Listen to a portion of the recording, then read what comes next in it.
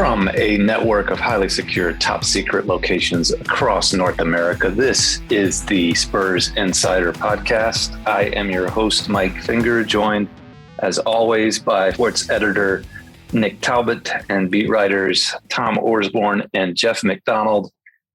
And we will start with Jeff McDonald, who got up early next to the beach this morning, living the rough life there by the Pacific, which has no memory. Jeff McDonald, do you have any memory of what happened to the local Cagers at Crypto.com Arena on Monday night against the LA Clippers?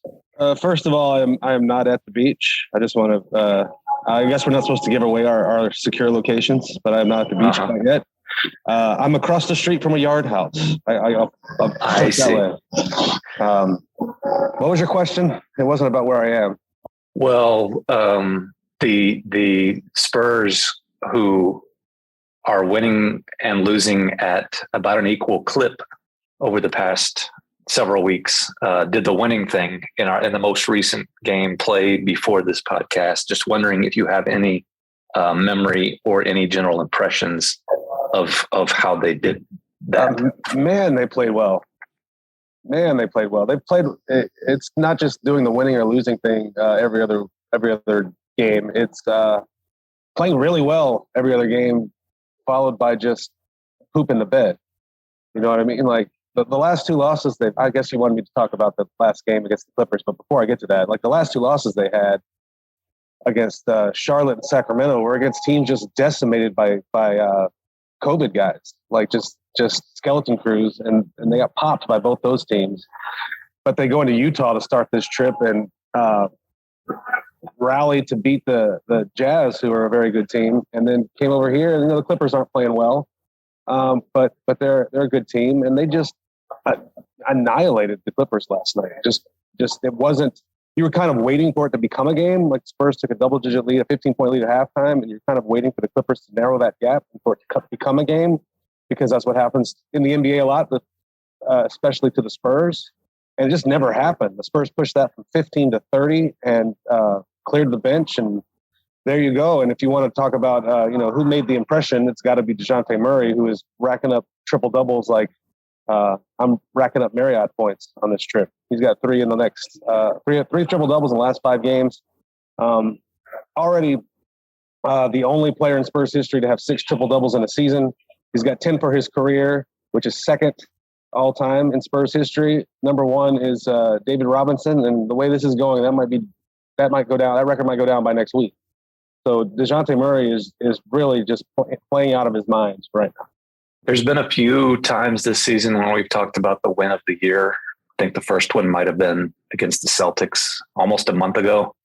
And there have been several wins of the year, it seems like, since then. That started the run where I believe they've gone 8-5 during that stretch. That was started by a 4-game winning streak. So they've kind of settled into a 500 team. But since then, there have been victories at I believe, Golden State. There was an impressive one against, like you mentioned, Utah. Another one last night. They're doing it in different ways. They're sometimes kind of pulling away from teams. But if you want to go back to the win that started this road trip, the one against Utah, that seemed to be one of the more impressive of the year, and if not the most impressive. And you kind of touched on it earlier, but that kind of came out of nowhere, didn't it, in terms of beating a team that it's not like Utah laid an egg. That was a good team playing well, and the Spurs just kind of bested them. Yeah. Well, what was the hole in the first half? They were down 17 or something, the Spurs, and then their MO this season in those kind of games is to be plucky and fight hard and make a game of it. And then they did that, and then they took a lead, and we've seen that before too, where they've taken a lead and then given it up again. That would be, if they played that game in October, that's probably how that game would have ended up. So I think it was a big sign of progress that when they rallied from that deficit, took that lead in the third quarter, and then they in the second half, and then in the fourth quarter had to make plays down the stretch, and it was a bunch of different guys chipping in to get them over the hump. They don't have that, as Pop has mentioned a million times. They don't have that guy you just give them the ball and tell them to go score. But they had about 5 of those guys down the stretch in Utah, and I think that was a big takeaway from that game. As we've talked about before, I don't know if that's really a formula for winning a lot of tight games is just to have a closer by committee. This isn't Major League Baseball, but it worked out for them in Utah, where they just had, it was Derek White making a bucket, DeJounte Murray making a bucket, Keldon Johnson, Jakob had a putback. Lonnie Walker with the huge one. Lonnie Walker had the big one over the Stifle Tower, I think is a nickname. So yeah, that was that was just impressive the way that came down, for sure. Like you said, that's probably not. You do need a go-to guy in the NBA like this. They didn't just disprove or refute in the 50 years of NBA history in one night. But in that game, I believe of the last 13 points, the Spurs scored in a game that was back and forth. They'd score, Utah would score. They'd score, Utah would score. It was 5 guys scored the last 13 points. All 5 guys on the floor made a huge bucket, and that bucket that Lonnie Walker made, maybe the moment of his career so far. The other would have been that big overtime game, the night that James Harden missed the shot or made the shot that didn't count, where they went to overtime against the Rockets. That seems like a lifetime ago. But Lonnie Walker needed a moment like that. That could be big for him. That was a great stretch he's been on with 5 straight games and double figures. He had 21, 21, 16, 11, 19, and 19. And then last night, of course, 6 points. But yeah, it's good to see him have that consistency that he's been lacking. And if you're talking about that moment against Utah in particular, it's kind of interesting, the fine line between what a great moment for him and why with the game on the line, why are you taking the ball into the teeth of the best shot blocker in the NBA? You know what I mean? Like, if the ball doesn't go in, you're like, that wasn't what you wanted in that situation. Yeah. So it's just interesting to me sometimes in these games, that line between hero and GOAT, so to speak. And it's not like you guys can kind of correct me if I'm wrong on this, but it doesn't seem like the Spurs during this stretch, as I mentioned, it's lasted about a month where they've been playing above 500 basketball. After starting 4-13 to the season, it's not like they changed who they were. It's not like they made a big lineup change or, just vastly altered the strategy or the approach. It seems like they took their lumps early, learning how to play with the lineup that they have, the group that they have. And that group has just gotten better and figured things out, which I think was kind of the point of the season, wasn't it? Yeah. This is sort of, it's what you want out of a rebuilding season. You're going to lose some games and have a sub 500 record, but if you see growth along the way, I think you have to be satisfied with that. It would be a lost season if you didn't see this growth, if they kept losing games. If there was, there's a difference between this team from October to now, from November to now. Like, you can feel it, you can see it. If you didn't see that, I think you would look at this season as a failure so far. Even if you had the same record, I don't think the record is really what you look at. I think the on the floor product and how it's improving and how it's getting better in areas that it was lacking, like we were speaking about earlier, the late game execution, terrible to start the year. Now, not so bad. So when you see things like that, I think you have to be satisfied with the direction things are going this year, whether you make that play-in game, which the Spurs are going to have a chance to fight for, or not.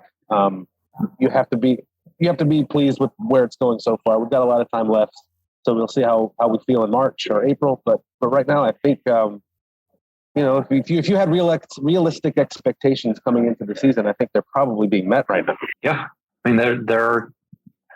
they're on pace to win about what we thought they'd win, and you got to think that with the progress they've shown, they might play at a better clip on the second half of the season and maybe exceed win totals. I would have thought they'd win in the low to mid 30s in terms of games. That's what they're on pace to win. They might have a chance to do a little better than that. And in terms of looking like a different team from mid-October to late December, I referenced this earlier, but it's not like it's a different cast of characters. There's been some minor changes. We're seeing a little bit more from players. The past couple of games, the Jock Landale experience has started. He's been the first big guy off the bench the last couple of games, right? But Yeah. for the most part, the guys who were playing a couple of months ago are playing now. They're just playing better as a group, and I think that's kind of what we thought. And individually too. Keldon stands out with a 3-point shooting. I'm looking at his stats on basketballreference.com. The last 6 games, he's shooting 60.7% on about 5 attempts per game from 3-point range. And that's just really stood out. Our friend Sean Elliott, during one of the recent games, was pointing that out, Tom. How well Keldon has shot from 3-point range, especially lately, that 60% rate.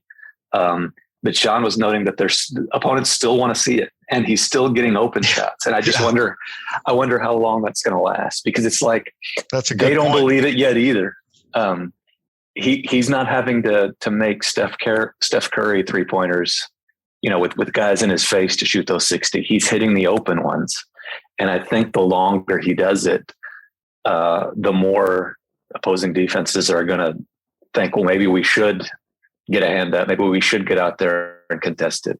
And then that's when you make another adjustment and other stuff opens up. So we'll see how that goes. That's what I was going to say. The thing that happens then is now Keldon gets to take the shots that he really wants to take, which is to go by and get to the rim. So I wish our vaunted producer could go back in time and find the clip of someone on this podcast saying that Keldon Johnson should never shoot threes again. And I wish the producer would go back, because I believe what was posed during a podcast which needed topics, just needed content, was that the host of the podcast asked a question: should Keldon Johnson keep shooting? And that's what we do in this business. Over at expressnews.com, which is full of real journalists, not just yahoos like us on the podcast. They ask questions for a living. And that's what I was doing. I was asking a question to my fellow panelists: should Keldon Johnson, who's 1 for 97 on the season, keep shooting them? And I believe, to their credit, both Jeff McDonald and Tom Orsborn said that yes, he should. And I was, asked a question, got an answer. And it turned out to be good for everybody, because that podcast served as kind of a precursor, a predictor of what was going to happen the rest of the season. And I think that's just a good job of hosting by that particular host. And I don't think we should go to revisionist history about anyone who is doubting, a person's ability to shoot 3-pointers. But that's good, Jeff. I'm glad you brought that up. You the real MVP. Okay, there was a moment in the Utah game that I thought was telling. It was in the second half. DeJounte's got a little a pull-up jumper going left that we've seen him take and make like a million times. It's his signature shot, and it's wide open. In the middle of that shot, while he's at the height of the apex of his jump, about to release it, Keldon Johnson is wide open in the corner next to him. Instead of taking that shot, we've seen DeJounte Murray take umpteen times because it's a signature shot. He dishes it over to wide open Keldon Johnson, who knocks over the corner 3. And I thought that was just telling of maybe other teams aren't buying this Keldon Johnson run, but Keldon's teammates are. His point guard is. And that was a kind of a textbook example of what the Spurs call good to great. Like that 2-point shot for Murray was a good shot, but a wide open shot in the corner by, statistically, one of the top 10 3-point shooters in the NBA right now is an even better shot. And DeJounte recognized it. Keldon knocked it down. I just thought that was a really interesting moment, kind of in the evolution of both players. DeJounte knowing where to get the ball, and Keldon being that guy that deserves the ball in that spot based on how he's been shooting. So I just wanted to point that out, because I thought that was of everything on this road trip so far, that was the moment that stood out to me. That's very nice. Do we got no applause or anything for that? I think it's just stunned silence in the podcast, because it's such a rare, salient, trenchant point, and not everyone understands what to do next. This is new in the podcast. We're just all kind of marveling at how telling that moment was. That's a good job, Jeff. My burning question is, where did they find a dentist on the road for Doug McDermott? Or I don't know. We need to get to the bottom of that. Did they right? tie his tooth to the doorknob and yank it out, or what exactly happened there? We need to get to the bottom of that. I wish other players hadn't played so well last night. I'd have had cause to talk to Doug, and not to go too behind the scenes, but this is sort of something we're missing coverage wise in the COVID era, is that instead of having just this locker room open to you, where, I don't need to talk to Doug for 15 minutes about the game. I just want to know, hey, what happened to you? Sure. Yeah. And get that information, and then go on to talking to DeJounte about his amazing triple double, and other players about the night. So that's something there's no complaints. We understand what the deal is, but that's just one difference between what we get to do and the depths we get to go to now, as opposed to 3 years ago. I would love to talk to Foreman Doug. says those interviews are going, boy, and they ain't coming back. Oh yeah. Oh yeah. So, but we'll learn to adapt. On that note of just odd absences, it's really something. And this is probably, this is abscesses, I guess. And there you go, Tom. That's really great. Again, stunned silence. That's such a great joke from Tom Orsborn. That one woke me up. Like, by the time this podcast hits the presses, the podcast hit presses, probably not. We don't even have a press. This could sound ridiculous because things change so quickly, especially this week in the NBA. But the fact that the Spurs have lost a player for a game to a tooth infection, and yet everyone else has been available so far, is kind of remarkable. That they're one of the teams that is holding up through this. And again, that can change overnight. They just played in LA last night as we're recording this right now. And by in a couple hours, they could have 8 guys in COVID protocols. But you look around the league, and I think there was a Magic Nets game the other night where there were 20 something people out combined between the two teams. Games are getting postponed because of this COVID outbreak, and the Spurs are holding up so far. I don't think that anyone expects that to hold up forever. But right now they are. I got a theory. I got a theory about that. You might not be aware, I do not have a degree in epidemiology. I can't even pronounce it, but I do have a theory, and this is just based on looking at the teams that are being just ravaged by it and the teams that are not. It feels like it's an East Coast thing moving west. So the teams that are based on the East Coast are getting hit really hard. Teams that have spent time on the East Coast recently and come back are being hit really hard. The Spurs, as this COVID wave has really ramped up, have been either at home or on the West Coast.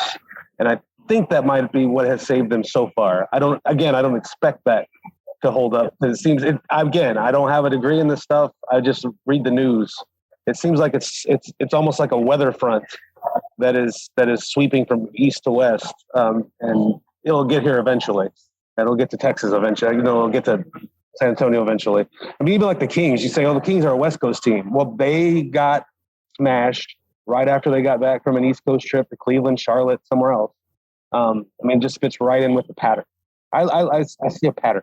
And the Spurs, they'll be in the teeth of that outbreak. When they head east.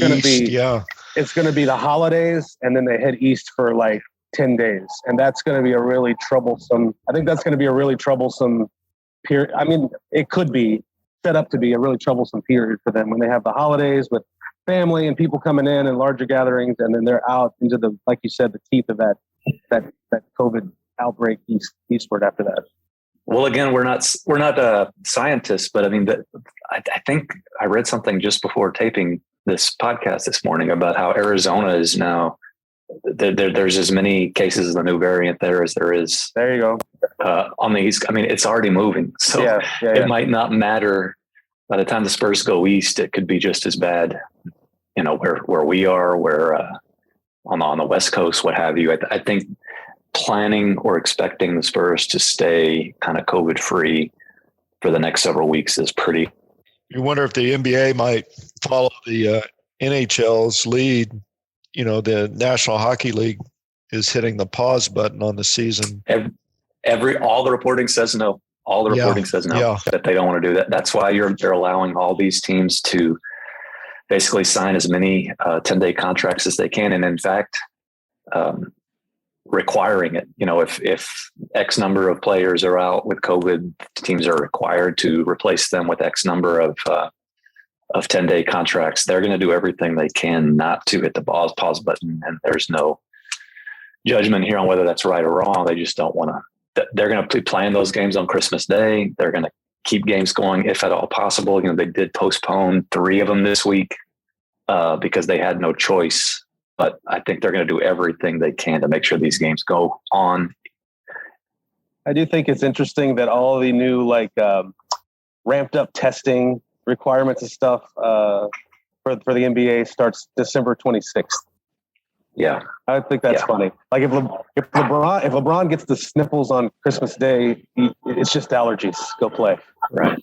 It's kind of the message there. There's a lot of money on Christmas Day. I mean, that's a huge part of how these salaries are paid for and what have you. So they're going to try to preserve that at all costs. Even though, I mean, we're talking about teams signing C.J. Miles and Lance Stevenson, and I mean, maybe George Gervin can be brought out of retirement at some point to be playing in some of these games. There's a lot of what was your ridiculous joke? Somebody had a joke about Pop might actually get to know Devontae Kaycock now. There you go. So that's probably something that will impact the local Cagers at some point, whether it is bringing up Austin Spurs, whether it is signing just random guys to fill out the roster, that they're probably not going to be able to avoid that forever. The rest of this week, we are in a period now of 2 days off in Los Angeles for Jeff McDonald and the Spurs. There's a game against the Lakers on Thursday. Yeah, on Thursday. It's an interesting turn of events going into the Lakers game on Thursday because it's the Spurs in this mode of we can't take these guys lightly. You know, we had that great win at Utah, and then we crapped the bed against the terrible Sacramento Kings, and now we have this win against the Lakers. It's Clippers. We can't take these crappy Lakers lightly. We have to get it together and have appropriate fear because the Lakers are another team that has just been wrecked. I mean, one of those guys you mentioned just signed off the scrap heap, Isaiah Thomas, not the Hall of Famer, the little fella. He is starting for them. They signed him to a 10 game, and he's starting for the Lakers. In addition to the COVID stuff, Anthony Davis is out. So it's really just LeBron and company. The Spurs have not faced LeBron this year. They've lost 2 games to the Lakers without LeBron, but now it's just LeBron basically. So again, it's one the Spurs can't just like against Sacramento, just like against Charlotte, they can't just show up and roll out of bed and think they're get full of themselves and think they're going to win that game. They're going to have to show up and play, and maybe that's another learning lesson we can talk about for this team this year. Can they get to the point where when they have these big wins, they let them go and get to the next game and take care of that one too? That hasn't happened super often this year, so that's something I'll be kind of keeping an eye out later this week when the Spurs play a Lakers team that is just terrible. Some housekeeping items from reporting that Jeff has done on this road trip. We could probably quick hit them, but things that people might be interested in. I believe there were Greg Popovich comments on Thad Young, on Zach Collins, and then get into the kind of the changing of the guard, not changing of the guard, changing of the big man in terms of the rotation there, where there's more Jock Landale. If you want to hit on any or all of those topics real quick here towards the end of this podcast. Changing of the backup center, is that what you mean? Yeah. All right, let's start with Thad Young. I mean, is he just not going to play again? He's got 4 or 5 DNPs in a row. I think the only way he's getting on the floor these days is if God forbid there's a COVID outbreak or something. So he's not. I mean, it's been clear what they're doing with him all year. They're trying to trade him. At some point, what's the point? We're getting closer to February. Like, what's the point of setting a guy in a rotation that's 100% not going to be here in a month and a half? So, he's kind of, I wouldn't look for a lot of, if he's on your fantasy team, I wouldn't start him right now. Zach Collins is on this. But what didn't Pop kind of address that? Yeah, his unhappiness. Thad had an appearance on Chris Haynes's podcast, which is much more popular than this one, and barely. And and I guess Spurs Nation went kind of berserk about these Thad Young comments, but they weren't really all that different than what he had been telling us since the Milwaukee game. Yeah, where he wants to play. It's his in Milwaukee, he told us. In Milwaukee, told us I'm in an unfortunate situation. I suppose he was being a little cryptic at first, and now he's being less cryptic. Yeah. But he's been less cryptic with us too. Wants to play. Of course, he wants to play. Everyone wants to play. He's a 15-year veteran. And if I'm Thad Young, I'm looking at the people in front of me and going, I'm better than these people at NBA basketball, and I should be playing. Right. So, all the reasons we described about why Thad Young is not playing are true. But Pop said, like, if I were Thad Young, I would want to play too. I'd understand his discontent, and that's kind of that. You want to know about Zach Collins? You want me to move on? Sure. Zach Well, Collins. one thing I'd say about Go ahead. I'd say one thing to add on the Thad Young topic. It's obvious the Spurs are going to trade him, trying to trade him, what have you. If he were an unproven player, a player who is battling back from an injury, I would say you need to get him out there on the court and show that he can still play, show that he can play, show teams what they might want in him. I don't think that's really much of an issue with a guy like him because he's got a 14-year track record of showing teams exactly who he is. He's a pro. As we mentioned before, Thad Young is a pro. Teams know exactly what they're getting in Thad Young. In every moment he's spent on the floor this year, he's shown that he's a pro. He's shown exactly what teams are going to get from him. Like, he's been impressive. Right. So I don't think there's a need to showcase him. Like, I think there's more of a need to make sure he doesn't blow a knee out in garbage time against somebody. And I just think he's unhappy, but he's a pro. He's been showing up. You watch him on the sidelines. He's clapping. He's supporting teammates. He's being a leader, all that type of stuff. They put him out there enough this year that he has shown he's still got it, and shown that he's healthy, and that's probably enough. Yeah. Right. So I don't think his value gets improved or damaged in any way by throwing him out there. I think you just, like you said, why put him in the rotation and get everyone used to playing with him for another week or two when he's going to leave before the trade deadline, and then you got to adjust again. He's not part of the future. So I think that's the idea there. And this can shift into whatever you have to tell us about Zach Collins and Jock Landale, because clearly the Spurs, at the position that Thad Young plays, there's going to be more transition throughout the rest of the season, and you can take it from there. Well, the Collins update is not much of an update, except for that he's on the trip, which he hadn't really been traveling with them all that much this year. It's still not a lot of clarity on when he's going to get back on the floor after the long rehab from the foot surgery. Pop kind of guessed January, February, like practice.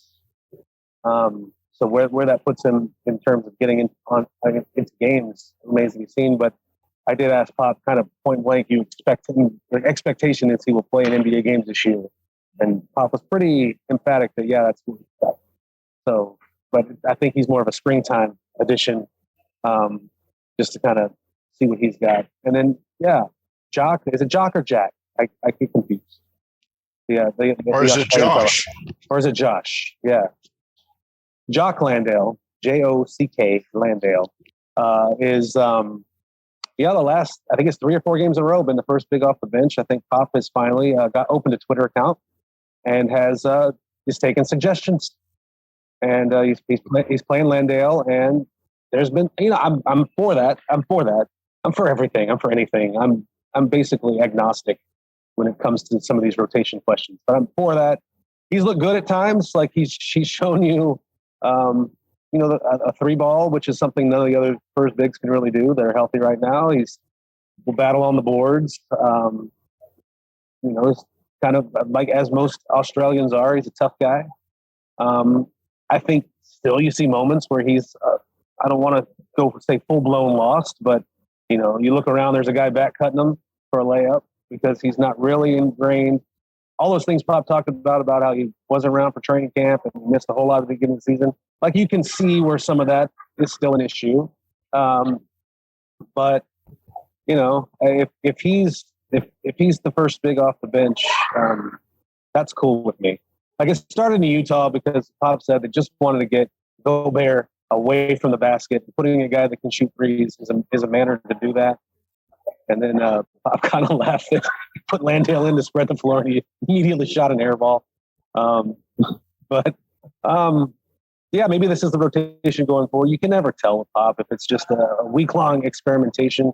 If there was a while there, I was thinking Thad Young is just going to be the number 2 guy for a while because he was, and they went back to Eubanks, and now it's Josh.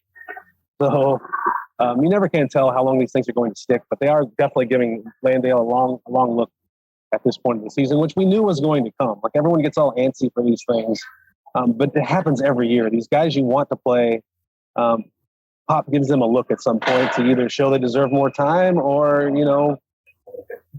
flop a little bit and show why they need to go back to the G League or back to the bench or back to practice. There's also the whole chicken and egg thing that gets debated on here every year about whoever is not playing, whichever newcomer isn't getting enough action early on. And it is when they finally start playing and play kind of well, like Jock Landale is, does this mean, Pop should have played him from the very beginning whenever he was just coming back from the concussion and the illness and all that type of stuff? Or was it a sign that they handled it the right way, that bringing him along slowly and not playing him until he was totally ready, did that work? And I think there's probably validity to both sides. And again, in a rebuilding year like the Spurs are in this year, I think you kind of just like agnosticism is probably the right way. Like these debates about the guy who is getting 8, 9, 10, 11, 12 man minutes probably isn't going to make or break your rebuilding project, but it's nice to see him having his moments and playing well. And I wouldn't be opposed to seeing him as the number 1 big man off the bench the rest of the way. Anything else, Tom? I don't know. Do you want to get positive real fast? Sure. I got nothing. I meant for you to get positive so we can get out of here. I wanted to mention on Tom Orsborn, who longtime listeners of the podcast will know that we were still taping in the main secure location. It feels like decades ago when Tom was dubbed Ringo Starr for being the guy who kept us in rhythm, the unsung hero of the podcast. That was an age old nickname. And just want to say, like, my respect for the real Ringo is kind of soaring these days. I watched the Beatles thing on the streaming something or other doodad. I've never heard that was pretty fascinating. The whole thing. Like, it turns out the Beatles were pretty good musicians. I don't know if you guys knew this. They could write songs too.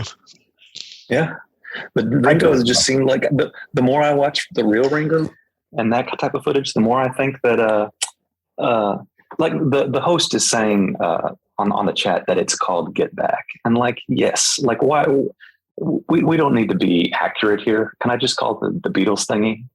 And then he's saying it's on Disney Plus. Yes, it's on Disney Plus. It's called Get Back.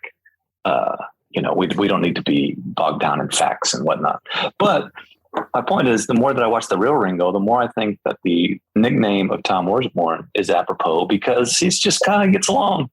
Like, there's no drama with Tom Orsborn. There's no drama with the real Ringo Starr. He's just kind of he does his thing. He keeps everyone in rhythm. underrated in terms of how much of a virtuoso he really is.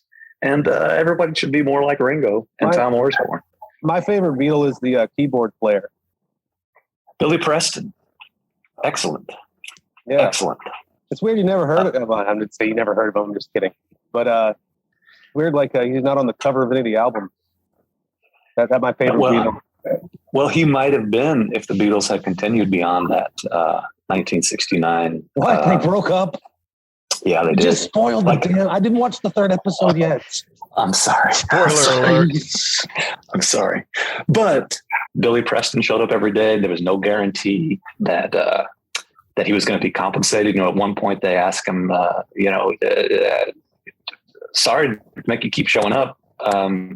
We haven't talked about how much you're going to get paid, what you're going to get credit with. And he said, "Man, it's just a good groove." he likes showing up. It's just a good groove. So be more like, I think we all could stand to be more like Billy Preston, just looking for a good groove. Be more like Ringo Starr and Tom Orsborn. Just continue to plug away, get along. Don't worry about the drama. And through the holiday season, keep that up. Take care of each other. Keep it real. We'll get back at you.